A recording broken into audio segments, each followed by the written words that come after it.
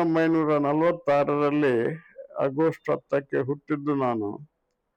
As A last child of my parents among 5 children. So ಸುಮಾರು 4-5ನೇ ವರ್ಷ ಪ್ರಾಯದಲ್ಲಿ ನಮಗೆ ಹುಟ್ಟುವಾಗಲೇ ನಾನು ತುಂಬ ಇದು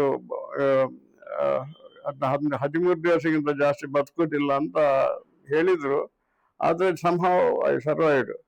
At the age of 4 ನಮಗೆ ಎಪಿಲಿಪ್ಸಿ ಅಂದರೆ ಗೊತ್ತುಂಟಲ್ಲ, ಫಿಟ್ಸ್, ಅದು ಬೀಳುವುದು ಎಲ್ಲಿ ಅಂತ ಇಲ್ಲ, ಟಪ್ ಅಂತ ಸೀಸ್ ಆಗುವುದು, ಬೀಳುವುದು, ಮಾರ್ಗ ಅಂತ ಇಲ್ಲ, ಎಲ್ಲಿ ಅಂತ ಇಲ್ಲ, ಹೇಳಲಿಕ್ಕೆ ಬರುವುದಿಲ್ಲ. ಶಾಲೆಯಲ್ಲಿ ಕ್ಲಾಸ್ನಲ್ಲಿ ಮಾರ್ಗದಲ್ಲಿ ಎಲ್ಲಿ ಬೇಕು.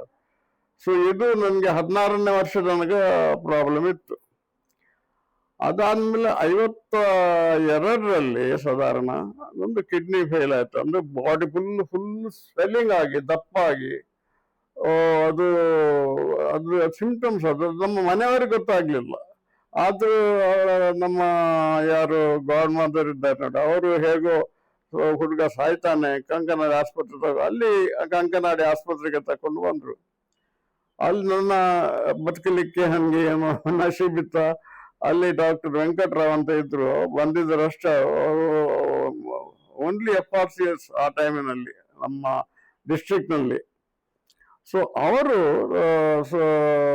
ಸುಮಾರು 3-4 ದಿವಸ ಅವರ ಟ್ರೀಟ್ಮೆಂಟ್ನಲ್ಲಿ, ಅಂದರೆ ಸರ್ಜಿಕಲ್ ಟ್ರೀಟ್ಮೆಂಟ್ನಲ್ಲಿ ಅವರು ಒಂದು ಕಿಡ್ನಿ ಟ್ರಾನ್ಸ್ಪ್ಲಾಂಟ್ ಮಾಡಿದಾರ, ಅದನ್ನೇ ಹೀಗೆ ಮಾಡಿದ್ರೆ ಗೊತ್ತಿಲ್ಲ. ಸೊ ಈಗ ನಮ್ಮ ಪರೀಕ್ಷೆ ಅಲ್ಲ, ನನ್ನಲ್ಲಿ ಇದು ಸಹ ಉಂಟು, ಮೆಡಿಕಲ್ ರೆಕಾರ್ಡ್ಸ್ ಉಂಟು. ಅದ್ರಲ್ಲಿ ನೋಡುವಾಗ ಹುಟ್ಟುವಾಗ 2 ಕಿಡ್ನಿ ಇದ್ದದ್ದು. ಈಗ ಒಂದೇ, ಆವಾಗದಿಂದ ಇಷ್ಟರ ತನಕ ಒಂದೇ ಒಂದು ಕಿಡ್ನಿಯಲ್ಲಿ ನಾನು, ಅಂದ್ರೆ ವರ್ಷ ಸಾಧಾರಣ 73 ವರ್ಷ ಆಯ್ತು. 23 ವರ್ಷದಿಂದ ಒಂದು ಕಿಡ್ನಿಯಲ್ಲಿ ನಾನು ಬದುಕಿ ಉಳಿದಿದ್ದೇನೆ. ಅದಾದ ಸಮಯದಲ್ಲಿ ನಾನು ಸಾಯ್ತೇನಂದ್ರೆ ಹೇಳಿದರೆ ಯಾರಿಗೆ ಬೇಜಾರಾಗ್ಲಿಕ್ಕಿಲ್ಲ. ಸೊ ಹಾಗೆ ನಾನು ಯೋಗದಲ್ಲಿ ಪ್ರಾಕ್ಟೀಸ್ ಕಂಟಿನ್ಯೂ ಮಾಡಿ, ಸೊ ಮತ್ತೆ ಗರ್ಭಿಣಿ ಆದ್ರು. ಸೊ ಗರ್ಭಿಣಿ ಆದ್ರೆ 2 ಮಿಸ್ಕ್ಯಾರೇಜ್ ಆಯ್ತು. 2 ಸರ್ತಿ ಗರ್ಭಿಣಿ ಆಗಿ 2 ಮಿಸ್ಕ್ಯಾರೇಜ್ ಆಯ್ತು.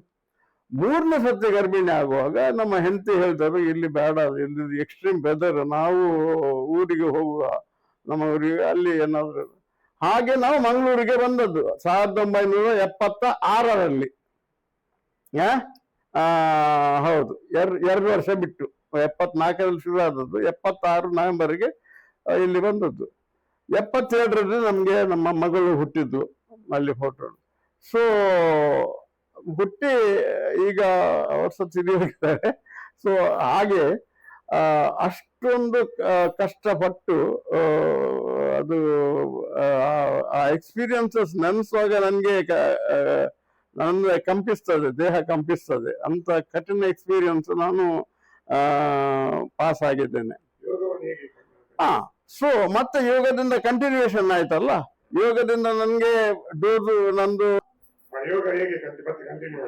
ಮತ್ತೆ ಕಂಟಿನ್ಯೂ ಮಾಡ್ಲಿಕ್ಕೆ ಸುಮಾರು 4 ವರ್ಷ. ಇದು ಬಿಸ್ನೆಸ್ ಚಿಕ್ಕ ಮಟ್ಟದಲ್ಲಿ ಶುರು ಮಾಡಿದೆ ನಾನು.